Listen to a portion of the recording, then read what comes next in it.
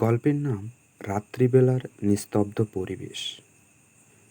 গ্রামের প্রান্তে এক ভাঙা মন্দিরের পাশে দাঁড়িয়ে আছে বিশাল এক বটগাছ।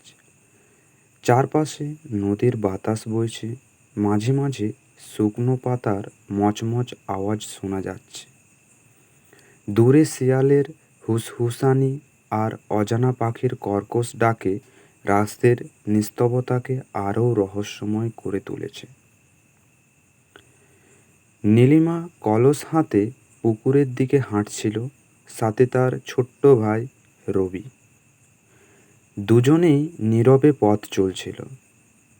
শুধু মাটির ওপর পড়ে থাকা শুকনো পাতার কড়কড়ে শব্দ হচ্ছিল।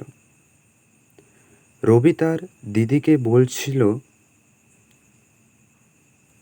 দিদি, আমার খুব ভয় করছে, চলো বাড়ি ফিরে যাই।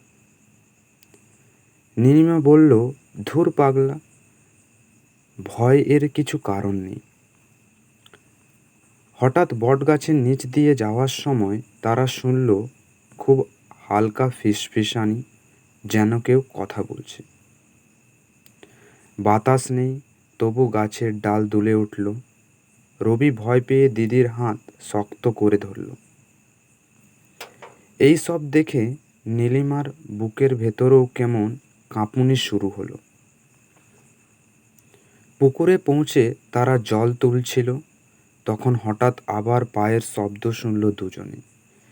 নীলিমা ঘাড় ঘুরিয়ে দেখল একটা ছায়া মন্দিরের ভাঙা দেওয়ালের আড়ালে অদৃশ্য হয়ে গেল।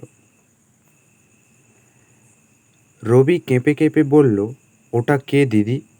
দিদি বলল, ও কিছু না, চল জল নিয়ে তাড়াতাড়ি বাড়ি ফিরে। তাড়াহুড়ো করে জল তুলে তারা বাড়ির দিকে দৌড় দিল। দৌড়াতে দৌড়াতে নীলিমার মনে হলো ছায়াটা খুব পরিচিত, যেন গ্রামেরই কারোর চলার ভঙ্গি। বাড়ি ফিরে জানালার পাশে দাঁড়াতেই নীলিমা অবাক হয়ে গেল। দূরে বটগাছের নিচে চাঁদের আলোয় আবার সেই ছায়াটা দাঁড়িয়ে আছে। এবার আর নড়ছে না, শুধু তাকিয়ে আছে তাদের বাড়ির দিকে। নীলিমার মনে হঠাৎ প্রশ্ন জাগলো, ওটা কি সত্যিই কোনো অচেনা কিছু, নাকি গ্রামেরই কেউ? উত্তর অজানায় রয়ে গেল, আর রাতের নিস্তব্ধ পরিবেশ আরও গভীর হয়ে উঠল।